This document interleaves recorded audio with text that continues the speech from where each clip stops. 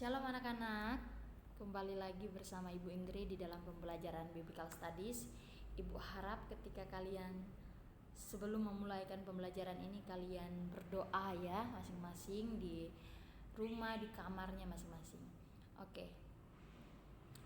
Dan saat ini kita akan melanjutkan pembelajaran kita, yaitu All for Jesus. Seperti yang sudah disampaikan di kelas, bahwa unit ini kita membahas tentang materi All for Jesus, yaitu semuanya kita akan persembahkan untuk Yesus. Mari kita lihat. Ya, tujuan pembelajaran yang pertama adalah untuk melihat bagaimana Yesus menekankan belas kasihan, kerendahan hati, dan pertobatan dalam tindakan dan ajarannya. Jadi nomor 1 ini kita mau lihat nih, bagaimana Yesus ini mengajarkan tentang belas kasih, bagaimana Yesus mengajarkan tentang kerendahan hati, dan bagaimana Yesus mengajarkan tentang pertobatan. Apa arti pertobatan yang sesungguhnya? Ya. Lalu yang kedua, kita mau mencapai tujuan pembelajaran, yaitu untuk mengetahui betapa lebih mudahnya manusia mempercayai harta benda dibandingkan Yesus dan menyerahkan seluruh diri dan harta benda kita kepadanya. Jadi kita nomor 2 ini kita mau melihat nih perbandingan.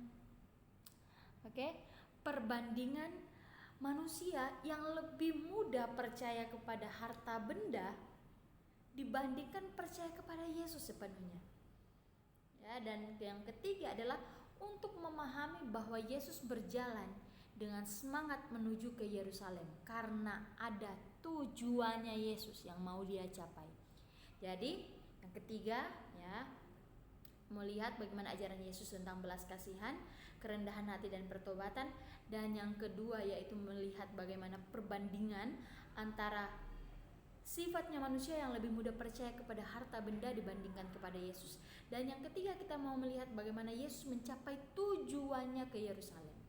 Ya. Kita lanjut. Kita mau mencapai nih tujuan pembelajaran yang pertama.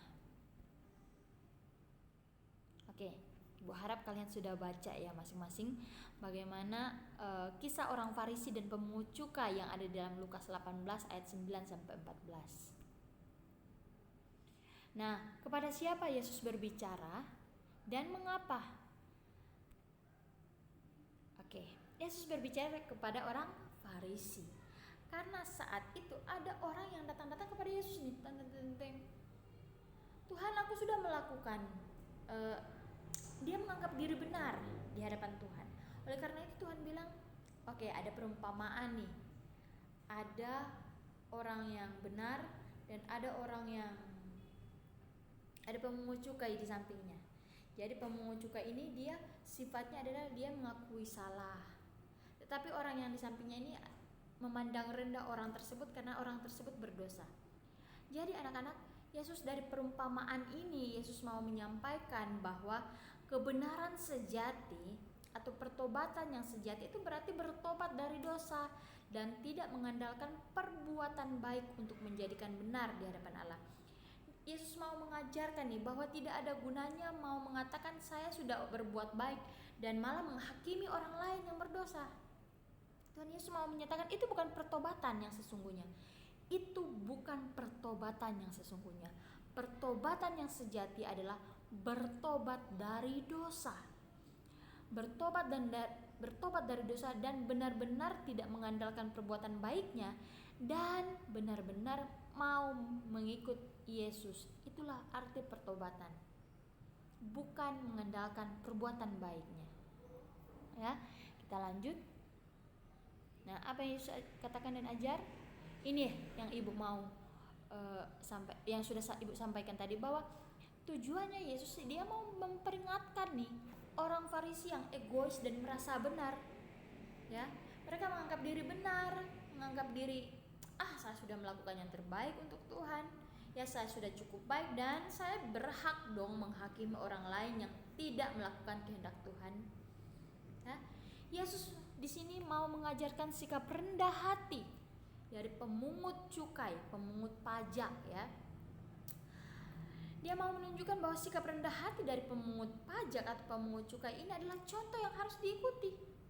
karena ia bertobat dari dosanya dan percaya pada Tuhan saja untuk mendapat belas kasihan.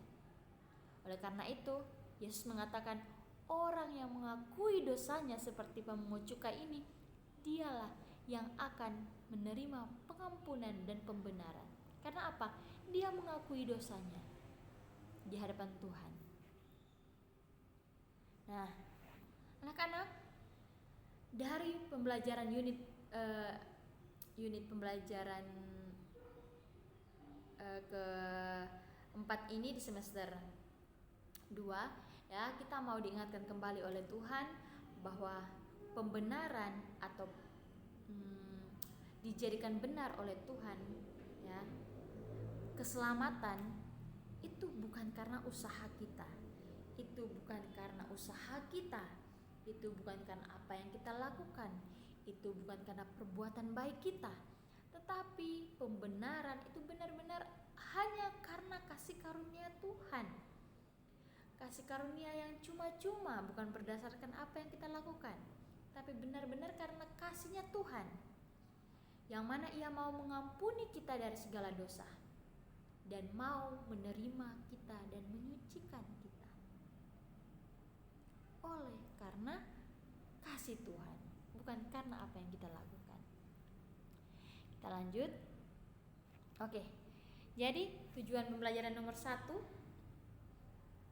kita sudah capai, di mana Tuhan menyatakan bahwa belas kasihan, kerendahan hati, itulah yang harusnya kita lakukan sebagai orang yang dibenarkan. Karena perbuatan baik tidak dapat menyelamatkan kita. Yang dapat menyelamatkan kita hanyalah Tuhan, hanyalah kasih Tuhan. Oke, kita lanjut ke tujuan pembelajaran yang kedua. Tujuan pembelajaran yang kedua ini kita mau lihat bahwa untuk mengetahui lebih mudahnya manusia mempercayai harta benda dibandingkan Yesus dan menyerahkan seluruh diri dan harta benda kita di hadapannya. Nah, penguasa yang kaya dari Lukas 18 ayat 18 sampai 31.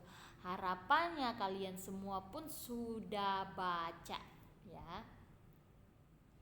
Nah, di sini ketika dalam perjalanan itu ada seseorang yang kaya, ya. Ya, dia bertanya nih sama Tuhan. Tuhan, saya sudah melakukan guru, saya sudah melakukan hal yang baik nih. Ya. Jadi dia juga hampir sama. Dia menganggap dirinya sudah berbuat baik. Dia sudah bisa diselamatkan karena dia berbuat baik. Tetapi dia sadar ketika Tuhan Yesus meminta dia memberikan semua yang dia punya dan mengikuti Allah. Saat itu dia tersadar. Nah, dia tersadar bahwa ternyata saya belum sepenuhnya ya mengikuti Allah. Saya ternyata masih lebih senang dengan harta benda saya. Yesus menjelaskan bahwa mengikuti Dia berarti mengutamakan Allah dan kerajaannya dalam kehidupan kita. Anak-anak, di sini bukan kita mau mempersalahkan harta benda, tetapi kita mau diajar untuk memberikan semuanya untuk Tuhan. Harta benda kita punya tidak salah, tetapi bagaimana harta benda itu tidak menjadi penghalang untuk kita bertemu dengan Tuhan. Misalnya apa? Kita punya handphone, kita punya semuanya yang membuat kita senang, kita punya fasilitas. Salah nggak punya itu? Nggak salah, kamu tidak salah punya itu semua. Fasilitas yang kamu punya, kesenangan yang kamu punya itu tidak salah. Tetapi yang menjadi salah ketika yang kamu punya semua itu menjauhkan kamu dengan Tuhan. Misalnya apa? HP menjauhkan kamu daripada Tuhan. Fasilitas yang bagus menjauhkan kamu daripada Tuhan. Handphone akhirnya membuat kamu lupa untuk bersaat teduh. Handphone membuat kamu lupa untuk berdoa. Itu yang menjadi salah. Itu yang harusnya tidak boleh dilakukan. Itu yang Tuhan bilang, ya, bahwa mengutamakan Allah dan kerajaannya dalam kehidupan kita. Nah, Yesus mau mengajarkan untuk menjalani kehidupan yang baik tidak membuat seseorang memperoleh keselamatan. Perbuatan baik sekali lagi tidak membuat kita memperoleh keselamatan. Ya, kita lanjut. Nah, dari sini juga Yesus mau menyampaikan nih. Yesus mau mengatakan bahwa menjadi kaya itu tidaklah jahat, bukan hal yang salah. Tetapi Yesus mau menyampaikan bahwa mereka yang mempunyai harta benda ini yang cenderung bergantung pada kekayaan daripada percaya kepada Tuhan. Itulah yang menjadikannya salah. Orang yang punya harta benda yang tidak mau memberikan sepenuhnya hatinya untuk Tuhan karena lebih percaya harta benda, itulah yang membuatnya salah.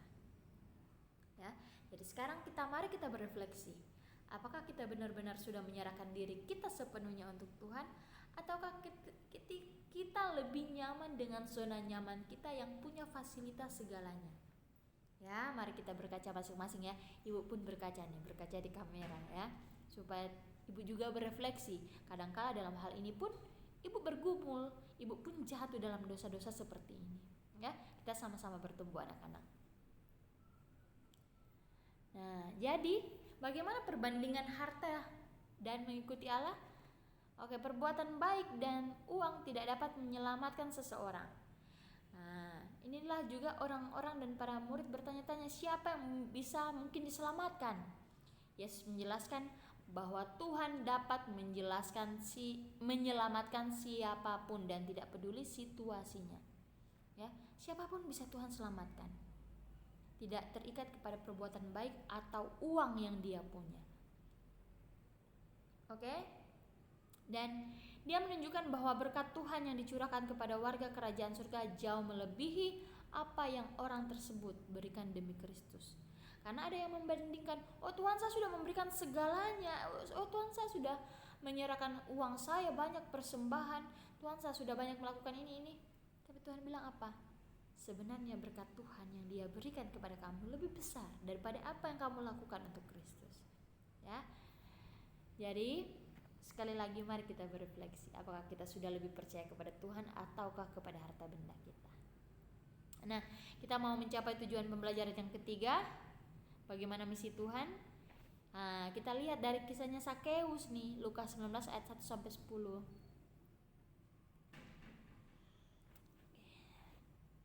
Ya. Di sini mau diingatkan bahwa Tuhan Yesus datang untuk menyelamatkan semua orang percaya, setiap orang pilihan. Tuhan Yesus datang menyelamatkan bukan cuma untuk orang benar, tetapi untuk orang-orang berdosa. Seperti Sakeus ini yang menyadari bahwa dia bersalah, ya. Keselamatan pun datang daripada Allah, datang kepada Sakeus yang kaya dan seisi rumahnya. Ya, ketika Yesus datang saat itu.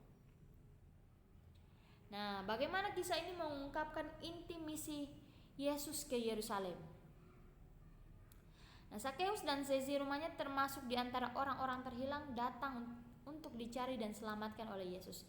Ini juga menunjukkan sekali lagi yang Ibu bilang tadi, bahwa Yesus datang untuk menyelamatkan orang-orang terhilang. Ini adalah tujuannya Tuhan Yesus. Menyelamatkan orang-orang terhilang. Seperti siapa? Sakeus. Ya. Dan Yesus memanggil Sakeus ke rumahnya dan dengan murah hati memberikan keselamatan kepada Sakeus dan keluarganya. Ini pun salah satu misi Tuhan. Dan hal itu pun akhirnya mengubah hidupnya Sakeus. Apa yang Sakeus bilang? Sakeus bilang bahwa Sakeus akan mengikuti Yesus nih. Dan dia akan memberikan bukti bahwa ia akan membayar kembali orang-orang yang telah ia tipu. Dan rela berjanji untuk membagikan kekayaannya kepada orang lain. Susah loh itu dilakukan. Tetapi Sakeus ketika dia mengikuti Yesus, akhirnya dia bisa lakukan itu. Hal ini untuk menunjukkan sikap penuh belas kasihan dan pertobatan, perubahan hati yang ingin mengikuti Yesus dan melayani Yesus. Nah, dari semua yang kita sudah capai, ini sudah kita capai semuanya 3 tujuan pembelajaran. Yaitu yang pertama, bagaimana ajaran Yesus tentang belas kasihan, pertobatan, ya. Dan yang kedua, kita juga mau melihat bagaimana hati manusia cenderung kepada harta benda. Oleh karena itu, kita harus belajar untuk menyerahkan diri kita sepenuhnya untuk Tuhan. Dan Dan yang terakhir kita mau melihat nih bahwa Yesus datang untuk menyelamatkan orang-orang yang terhilang. Ya, itu adalah misi Yesus. Makanya dia dengan penuh semangat dia ke Yerusalem karena dia punya tujuan untuk menyelamatkan orang-orang terhilang. Salah satunya adalah Sakeus. Dan anak-anak, kesimpulannya adalah dari beberapa kisah yang telah diberikan, yang diinginkan Yesus adalah perubahan hati yang mau mengikut Yesus. Dengan demikian, segala aspek kehidupan pun akan menghasilkan tindakan yang serupa dengan Yesus. Semua dilakukan untuk kemuliaan Allah. Yang Tuhan inginkan apa?